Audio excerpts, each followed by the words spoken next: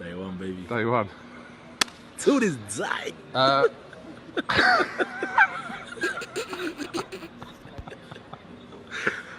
To this day. To this day. To this day.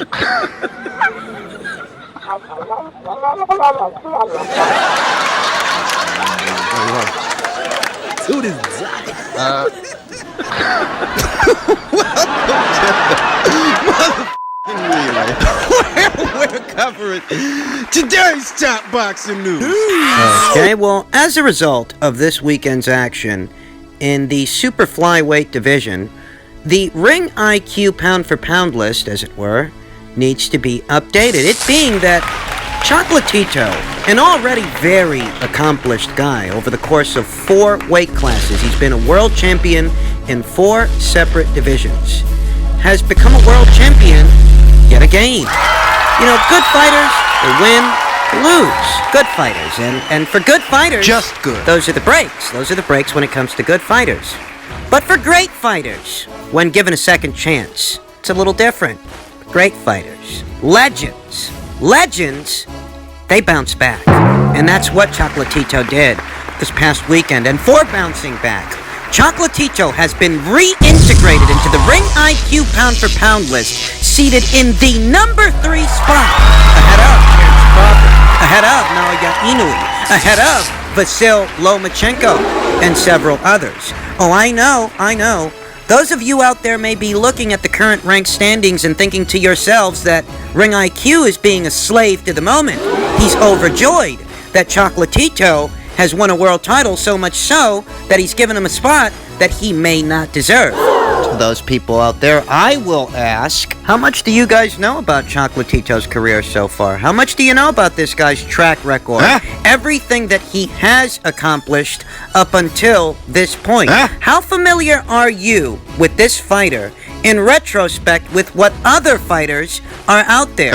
Are you in any position to make an assessment on how this guy's career compares to those ranked behind him? Are ya? I'm sure that the naysayers will be in some hurry to bring up Chocolatito's 2 losses on his pro record, but do realize that those 2 losses are at the hands of the same guy. Yeah. That's saying that Chocolatito fought in 4 weight classes before he finally met his match. So what's the logic here? Because this guy lost a fight, we're supposed to ignore everything that he's done so far in unison with what he just did this past weekend? Is that the logic that you guys have got? This is a guy who's been a champion in more weight classes than Terence Crawford, a champion in more weight classes than Naoya Inoue. The same applies to Vasyl Lomachenko just as well. Roman Gonzalez has beaten more active reigning world champions than Vasyl Lomachenko, then Kazuto Ioka, then Juan Francisco Estrada. Hell, he beat Juan Francisco Estrada,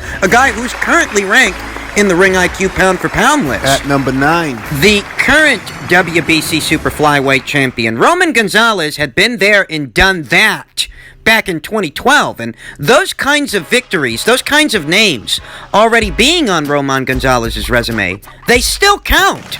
For those of you out there that have been following this channel long enough, you'll know how this list works, that we perform an extensive case study on the careers of all the aforementioned fighters ranked within this list, to give an objective analysis of who deserves to go where, based on the facts, not based on anecdotes, mine's or yours, but what the fighters have actually done in comparison with each other that warrants such a rank. And when it comes to Roman, well, Terence Crawford, Naoya Inoue, they've both beaten the same number of world champions as Roman Gonzalez, but the tiebreaker is that Roman has been a full-fledged world champion in more weight classes than either of them. He's been a world champion in 4 weight classes to their 3. When it comes to Vasyl Lomachenko, the same applies, but he's also beaten more world champions than him as well.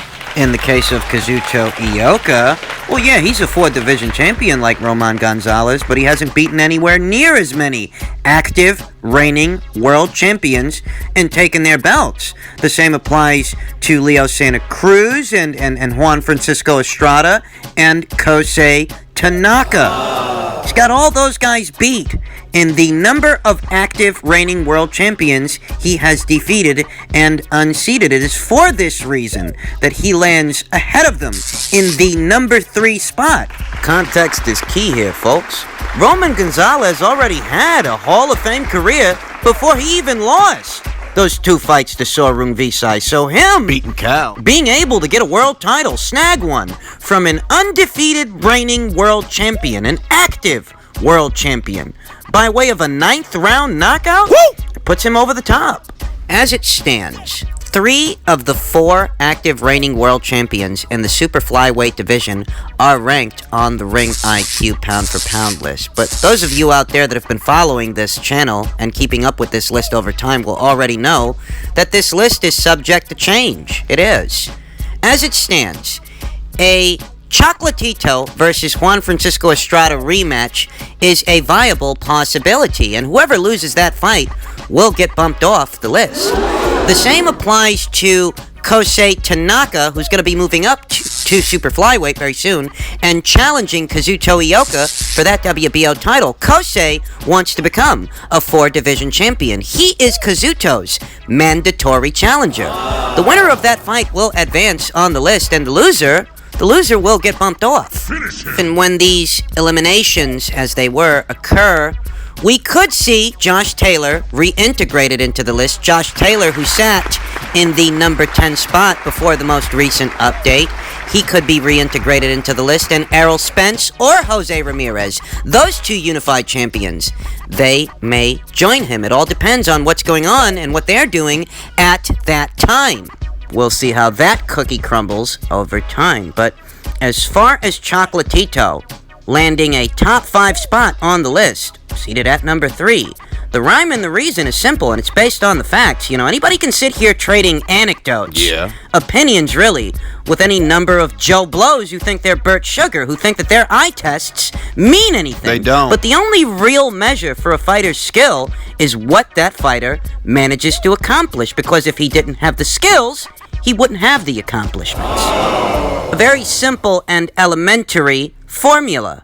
If the guy's as good as everybody says he is, the facts are going to show it. You can argue opinions, but you can't argue with results.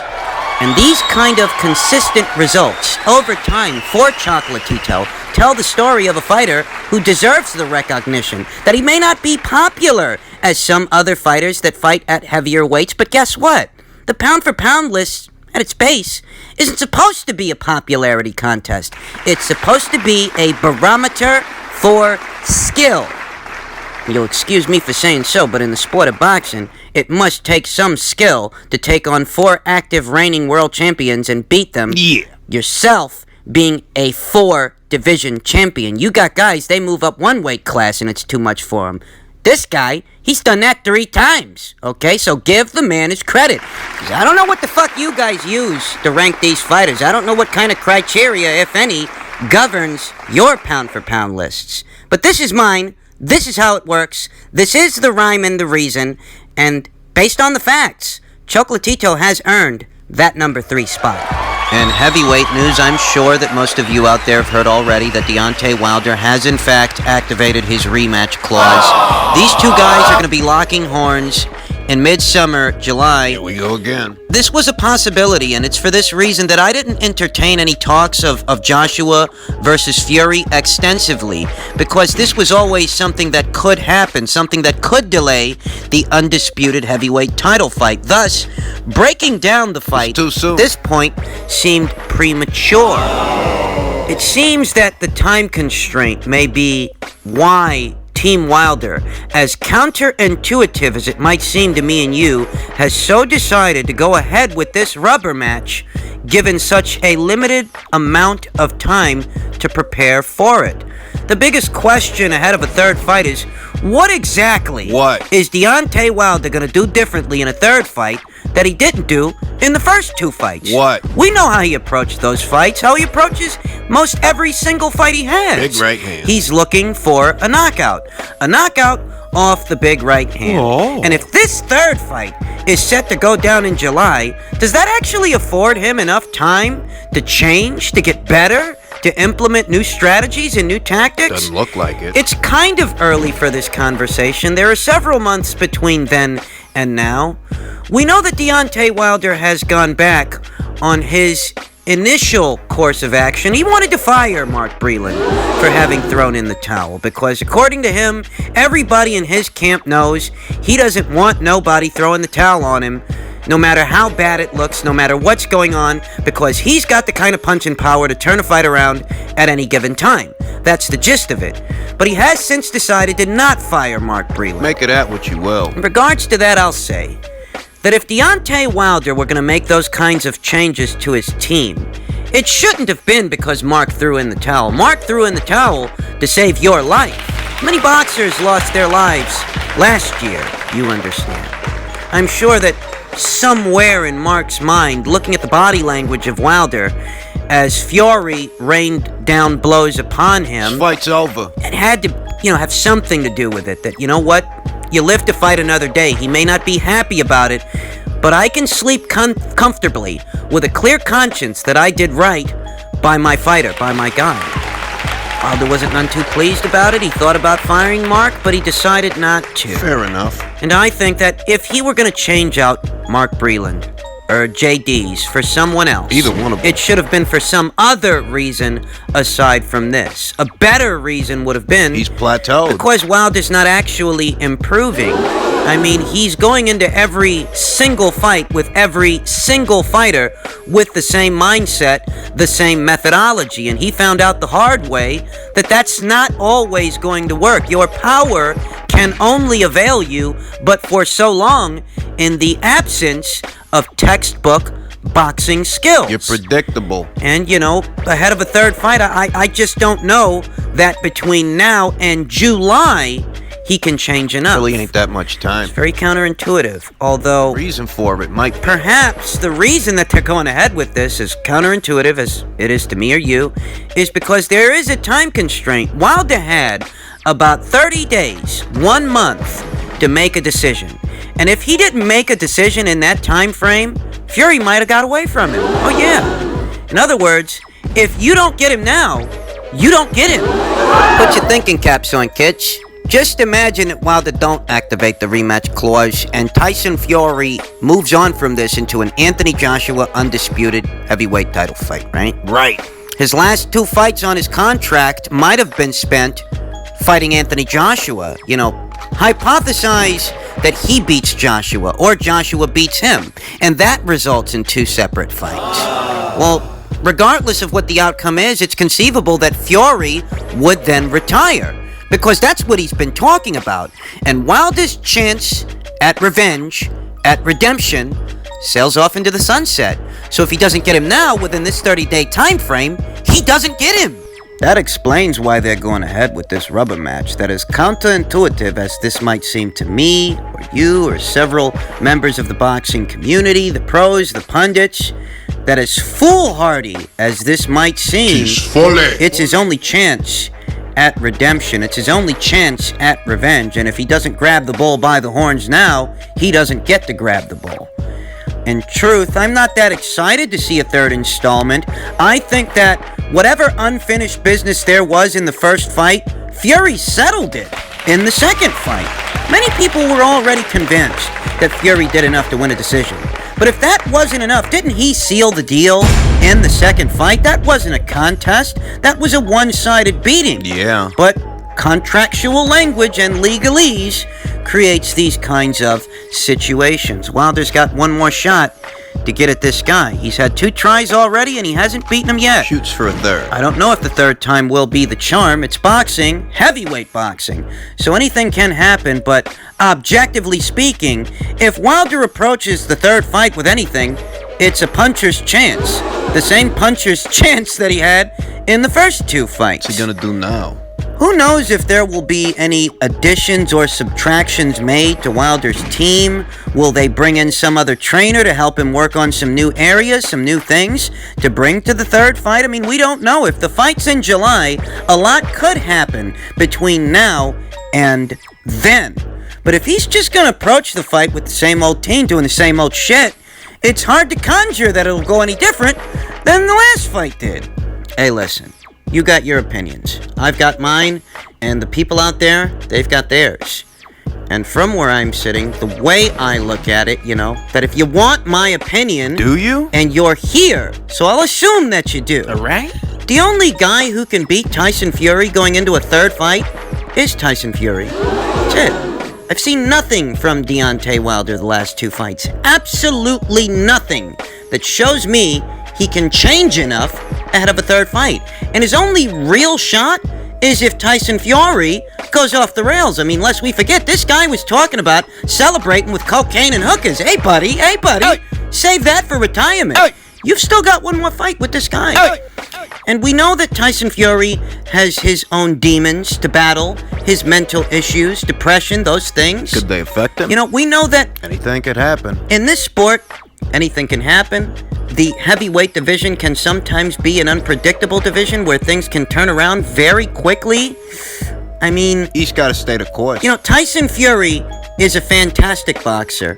He's got some sensational wins on his record, and in reality, he's only one big win away from going down in history as perhaps the United Kingdom's greatest heavyweight fighter. I mean, that is what he is on the cusp of.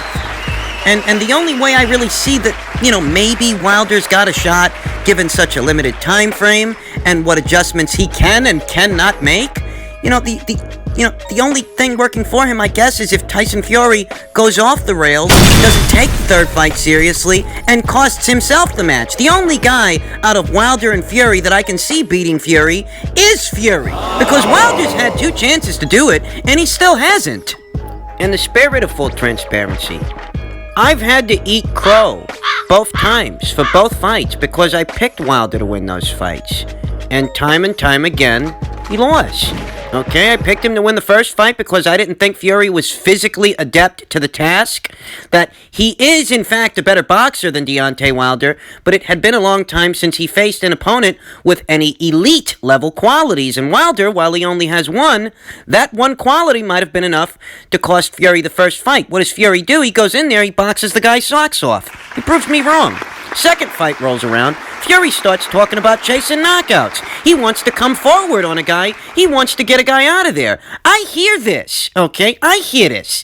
And I tell myself, I trust Fury's boxing when he's sticking and moving and feinting and fighting behind his jab and throwing short punches. But a Fury that's going for a knockout, I can't bank on a guy like that because I'm not used to that. And what does Fury do? He goes in there. He gets the knockout. Ladies and gentlemen, Tyson Fury has proved me wrong 2 times. So in a third fight, what am I supposed to think? Seems to me that outlying factors are what has Deontay Wilder pursuing a third fight as opposed to an actual rebuilding process. And at this point, the only guy out of these 2 guys that I can see beating Tyson Fury is Tyson Fury. Now let's hope he doesn't.